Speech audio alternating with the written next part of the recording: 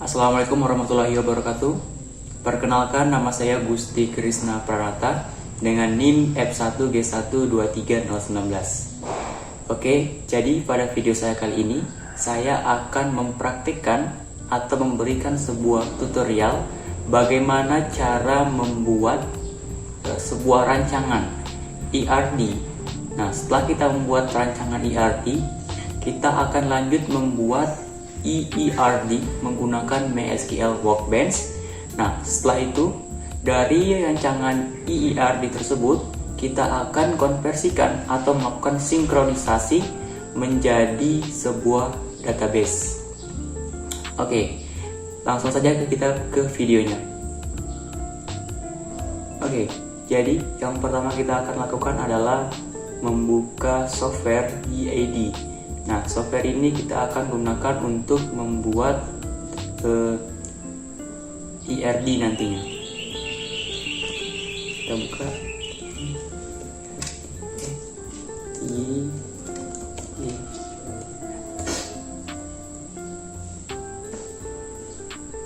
Nah, jadi ini merupakan software yang akan kita gunakan untuk membuat ERD.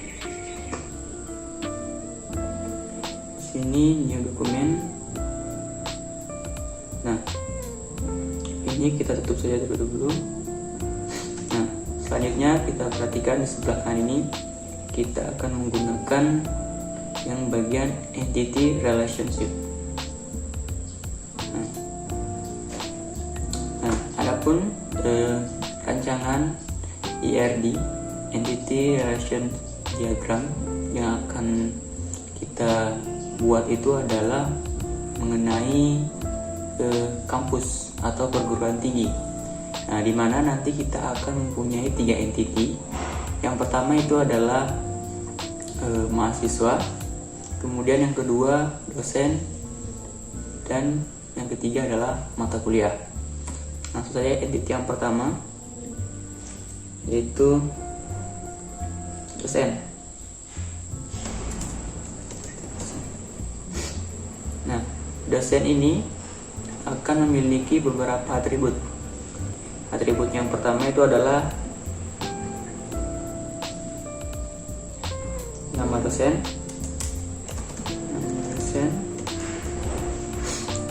kemudian yang kedua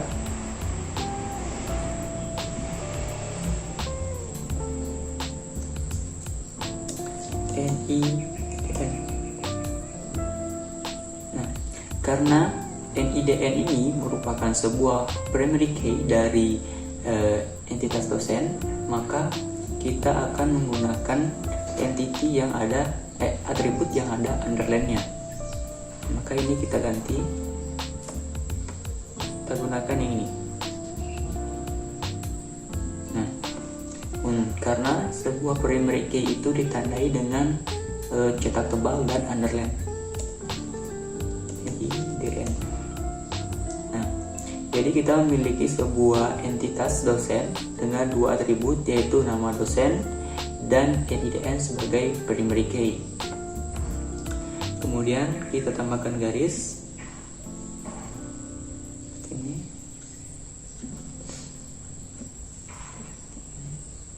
Nah, entitas yang kedua yaitu mata kuliah. Di sini mata kuliah.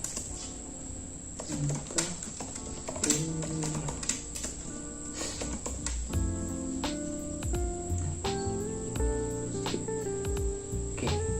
Nah, jadi mata kuliah ini memiliki beberapa atribut. Atribut yang pertama itu adalah kode MK.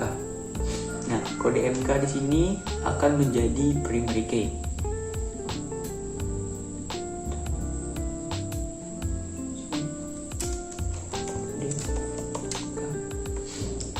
Ini atribut nama MK. Nah, kita tambahkan lagi satu atribut yaitu SKS. Jadi kita bisa mengisikan nanti satu mata kuliah itu berapa SKS.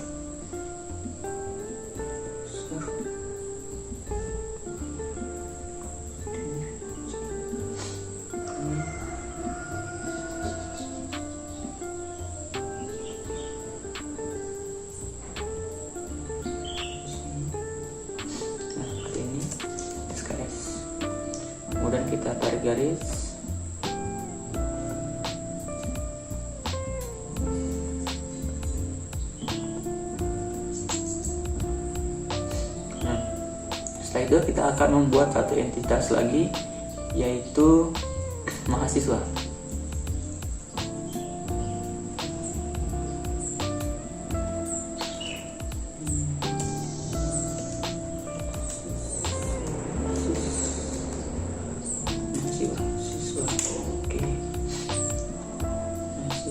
Nah, mahasiswa ini memiliki beberapa atribut.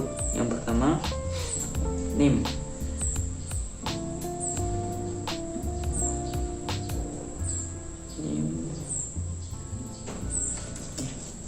NIM adalah primary key. Kita gunakan yang ini. NIM. Kemudian nama mahasiswa. Di sini. Oke.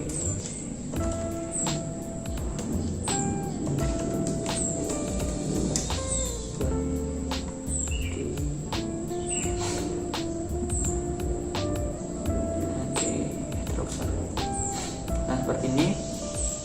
Nah, kita sudah berhasil membuat 3 entitas, yaitu dosen dengan atributnya nama dosen dan primary key-nya INIDN, kemudian mata kuliah dengan 3 entitas, yaitu SKS, nama mata kuliah dan kode mata kuliah sebagai primary key, dan mahasiswa dengan 2 atribut, yaitu nama mahasiswa dan NIM sebagai primary key. Selanjutnya kita akan merelasikan ketiga entitas ini. Yang pertama kita relasikan itu adalah dosen dengan mata kuliah. Saya geser sedikit supaya agak jauh.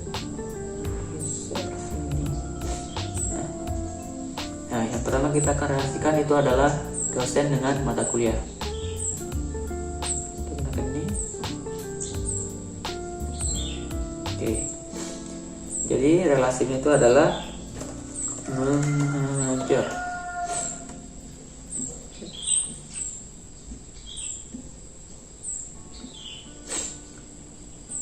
Nah, di mana nantinya satu dosen itu dapat mengajar lebih dari satu mata kuliah.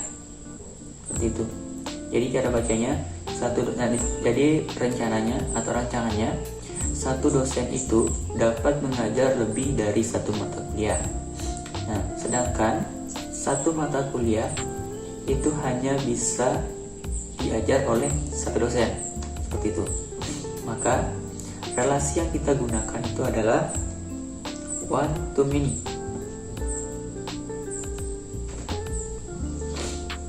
Akan ya ini.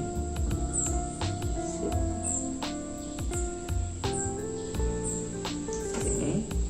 Kemudian dari sini ini.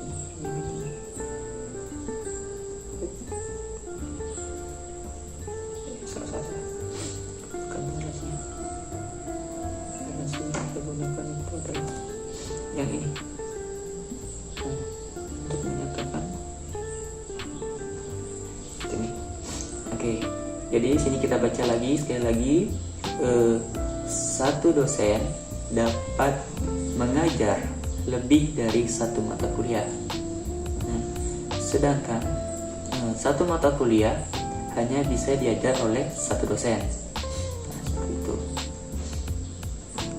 Agak sedikit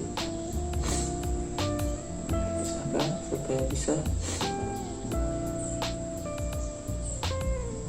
Nah, dan selanjutnya kita akan merelasikan antara entitas mata kuliah dengan mahasiswa. Nah, di sini yang menjadi relasi itu adalah meregistrasi. Oke. Nah, jadi rancangannya satu mata kuliah dapat diregistrasi lebih dari satu mahasiswa. Nah, begitu pula satu mahasiswa dapat meregistrasi lebih dari satu mata kuliah. Nah, bagaimana caranya? Jadi relasi yang kita gunakan itu adalah many to many. Jadi di sini kita gunakan yang ini.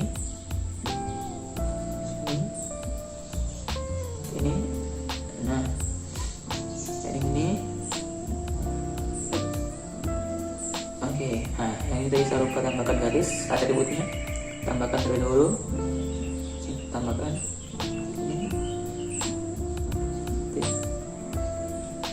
oke.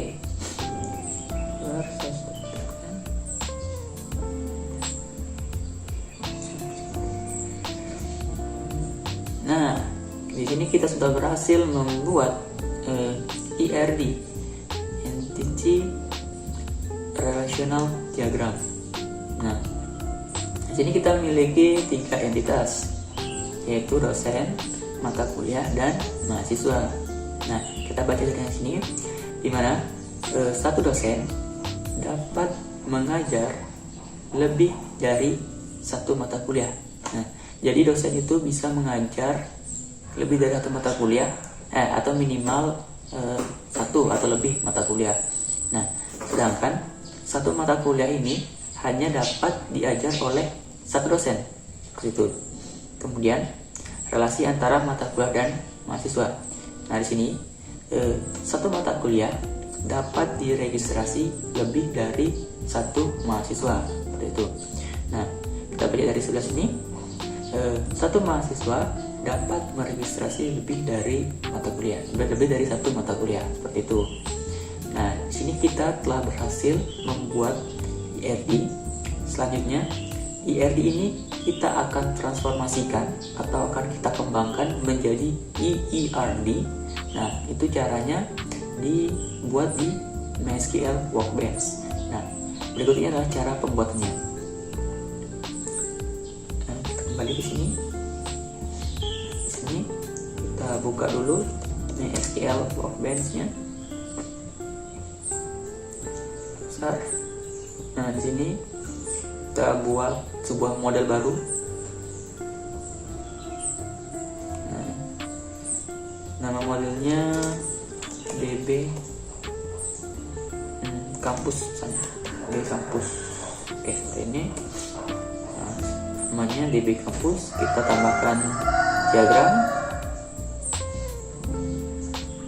Baik, saya lanjut. Nah, di sini saya akan mempraktekkan bagaimana cara mentransformasikan atau mengembangkan ERD yang kita miliki ini menjadi EERD menggunakan MySQL Workbench. Oke, kembali di sini. Jadi entitas-entitas ini, dosen, mata kuliah, dan mahasiswa akan menjadi nama tabel di EERD ini. Pertama kita bikin dosen, tabel dosen.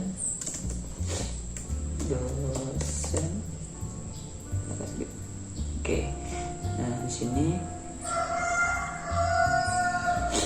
yang menjadi primary key itu adalah IDN.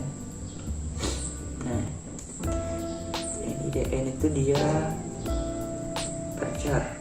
Misalnya di sini 10. Oke, percar 10. Oke. Kemudian ada nama dosen. Di sini percar sesnya itu 145 dan dia not null. Oke.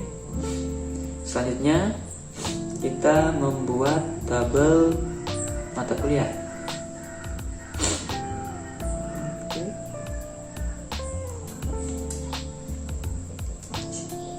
Sini mata kuliah. Nah, seperti ini.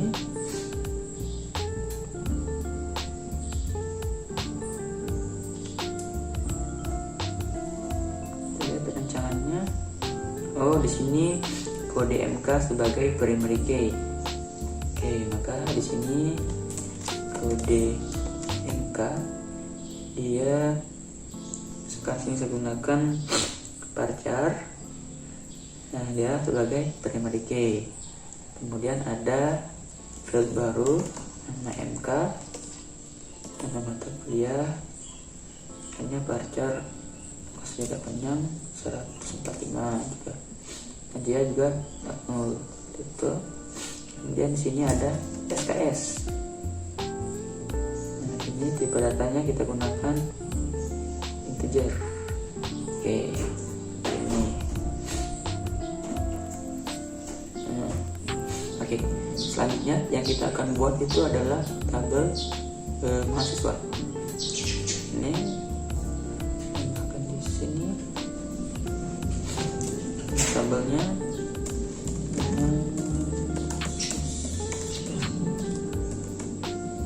Oke, nah sini tabel mahasiswa. Oke, salah. Ini jadi ini tabel mata kuliah.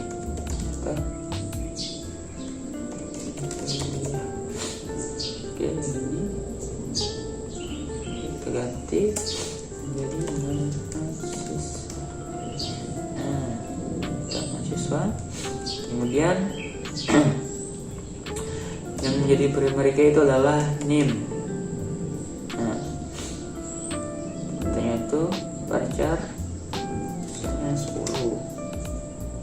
Kemudian ada nama mahasiswa, si varchar size-nya varchar 145. Nah, 40. Oke.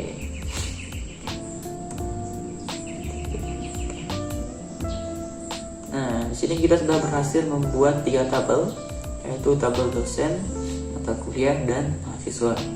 Nah, selanjutnya kita akan merelasikan ketiga tabel ini sesuai dengan IRD yang kita miliki. Nah, berdasarkan IRD, di sini dosen dan mata kuliah itu relasinya adalah one to many. Nah, maka di IIRD-nya kita juga gunakan one to many. Kita gunakan relasi one to many. Nah, kita klik relasinya one to many. Setelah itu kita klik tabel dosen, lalu klik tabel ya.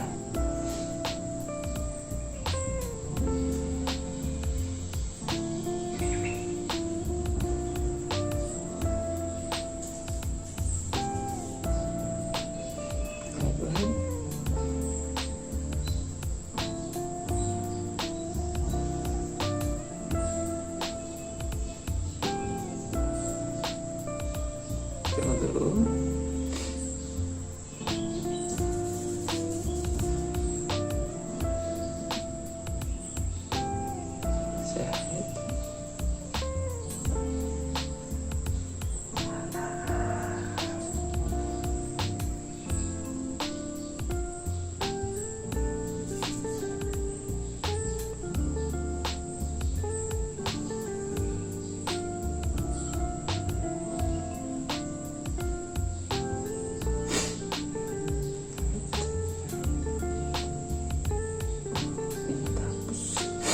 Nah, di sini terjadi tadi karena ada kesalahan menggunakan relasi.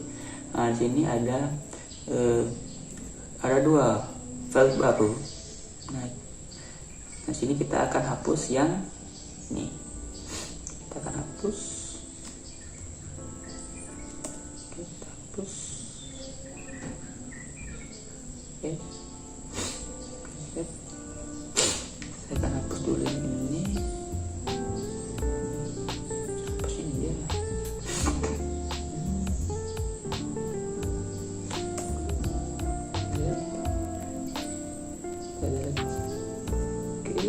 Nah, sudah berhasil membuat. Nah, karena adanya relasi antara dosen dengan mata kuliah, maka di sini akan lalu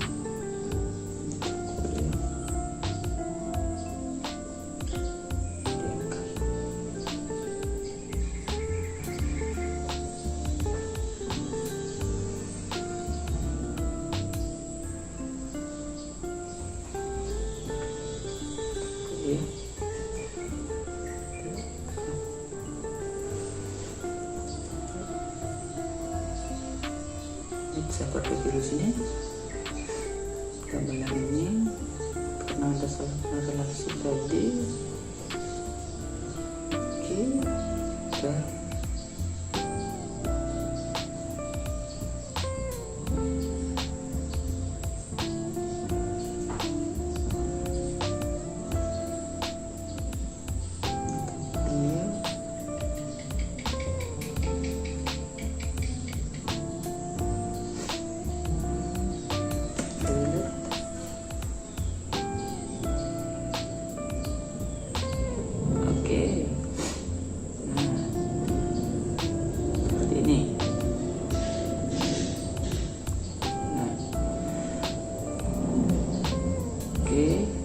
kita sudah berhasil merelasikan antara dosen dengan mata kuliah, di mana satu dosen dapat mengajar lebih dari satu mata kuliah, seperti itu. Nah, sedangkan satu mata kuliah hanya dapat diajar oleh satu dosen.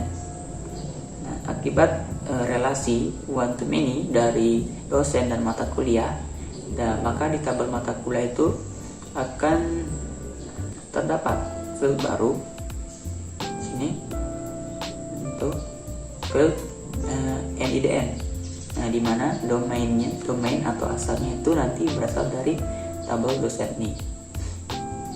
Selanjutnya kita relasikan antara mata kuliah dengan mahasiswa. Nah, berdasarkan rancangan IRD yang telah kita buat, relasi antara mata kuliah dan mahasiswa itu adalah many to many. Nah, berarti pada rancangannya juga kita buat seperti itu. Kita buat many to many. Kita klik many to many. Oke.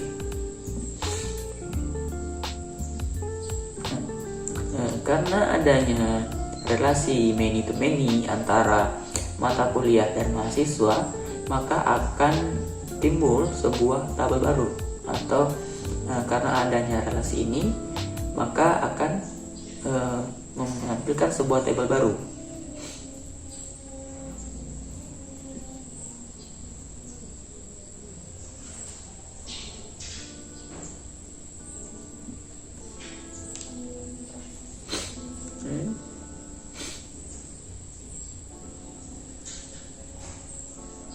Oke, ini saya geser terus ya, di atas. Nah, sini. Nah, sini nama tabelnya kita ganti menjadi registrasi MK. Oke, registrasi mata kuliah.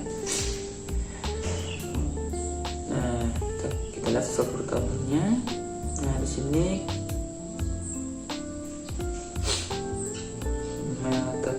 kode mata kuliah, tambah namanya kuliah, mata kuliah kode itu.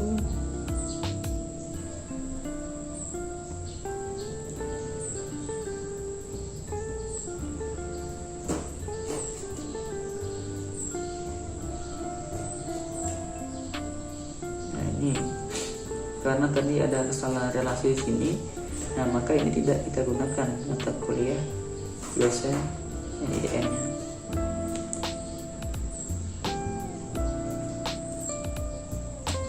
Karena ini relasi.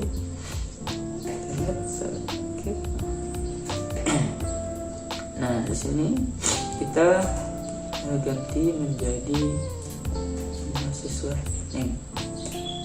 Nah, seperti ini. Oke. Setelah itu biasanya dalam ketika mahasiswa tersebut melakukan registrasi setelah mata kuliah, nah situ terdapat semester. Nah, artinya semester berapa mahasiswa tersebut melakukan registrasi mata kuliahnya. Nah, maka di sini kita tambahkan semester. Nah, semesternya ketik datanya teacher. Nah, sini dia kita gunakan primary key. Nah, mengapa di sini kita gunakan primary key? Itu untuk menghindari terjadinya duplikat atau misalnya nanti ada beberapa kondisi. Misalkan saat ini saya di tahun 2024 melakukan beregistrasi mata kuliah basis data. Nah, kemudian nanti di 2025 saya tidak bisa mengulang lagi mata kuliah tersebut. Nah, makanya di sini kita gunakan primary key. Nah, alasan yang kedua, misalkan di dalam satu semester, misalnya di semester 2, kita itu tidak bisa meregistrasi dua mata kuliah. Misalnya saya saat ini di semester 3 meregistrasi 2 mata kuliah basis data. Nah, untuk mencegah duplikat tersebut, maka semester sini kita jadikan primary key seperti itu.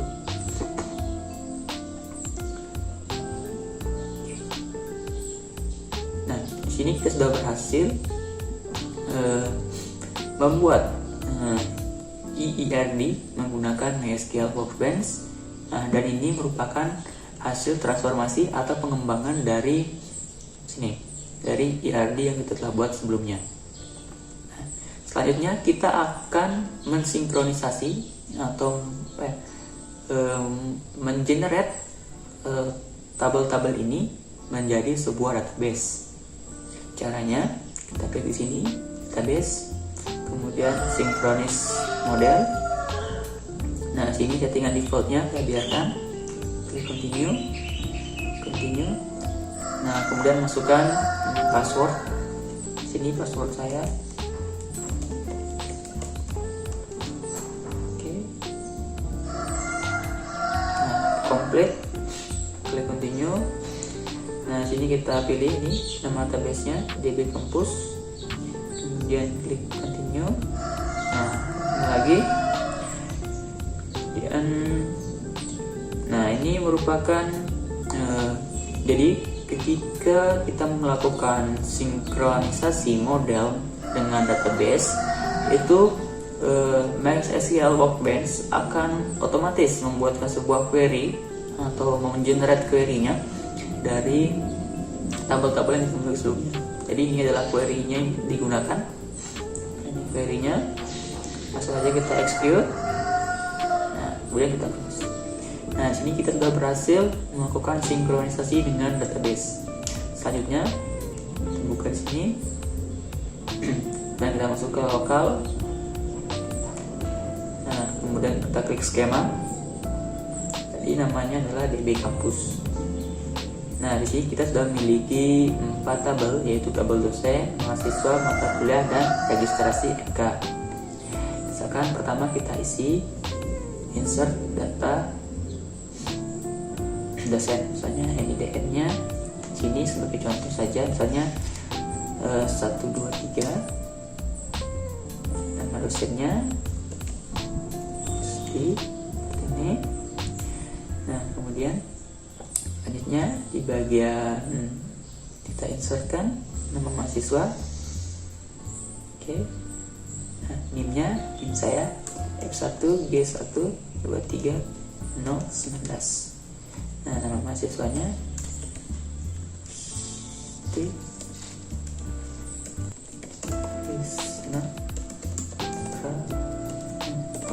nah, seperti ini. Nah, setelah itu kita bikin mata kuliah, kita inisialisasi, maksudnya kita insert, misalnya mata kuliah basis data. Kode mata kuliahnya salah nih. Kode mata kuliahnya misalnya F100 F100 misalnya, contoh. Kemudian sini mata kuliahnya basis data dia 3 SKS. Nah, kemudian di sini, nah ini agak penting kita perhatikan ketika kita mengisi dosen IDDN. Nah, dosen IDDN ini harus sesuai dengan yang ada di tabel dosen. Nah, di sini dosen, nama dosen Gusti itu dia NIDN-nya 123. Maka di sini dosen NIDN yang akan mengajar basis data itu adalah 123. Nah, seperti ini. Selanjutnya, kita kan tadi sudah berhasil melakukan insert data dosen, mahasiswa, dan mata kuliah.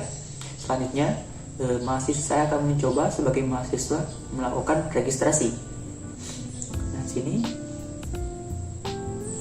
Nah, kode mata kuliahnya, misalnya saya mau meregistrasi kode mata kuliah basis data. Kita disini bisa lihat kuliah. Nah, kode mata kuliah basis data itu adalah F100. Nah, di sini kita masukkan F100. Nah, seperti ini. Kemudian NIM saya itu adalah F1, G1, 23, 19. Dan saya di sini semester 3. Oh iya, tadi saya hanya baru menambahkan, belum menambahkannya ke database. Nah, caranya saya ulang tadi, tabel dosen. Ini tadi saya lupa klik play. Nah, misalkan sini NDN dosen itu adalah F123, sini NDN-nya 123. Kemudian nama dosennya adalah Sti misalnya, Sti. Dan kita klik apply. Nah, ini play. Oh, error. NIDN insert enter into campus NIDN value there our applying the class script in database. Wow, kita lihat di sini.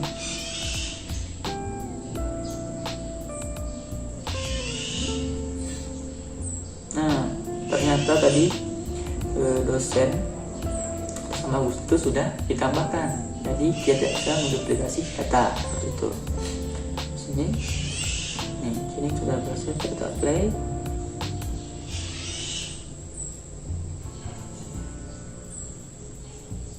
Wait. Kita buka ulang ya. Yang tadi datanya belum berhasil kita tambahkan.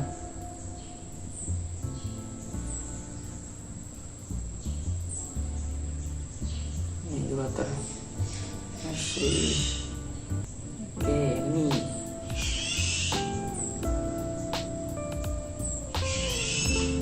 Oke, baik, saya akan ulang menambahkan datanya. Kita mulai dari dosen. Nah, di sini dosen dengan IDN 123, namanya nomor dosennya Sti. Play. Nah, successfully.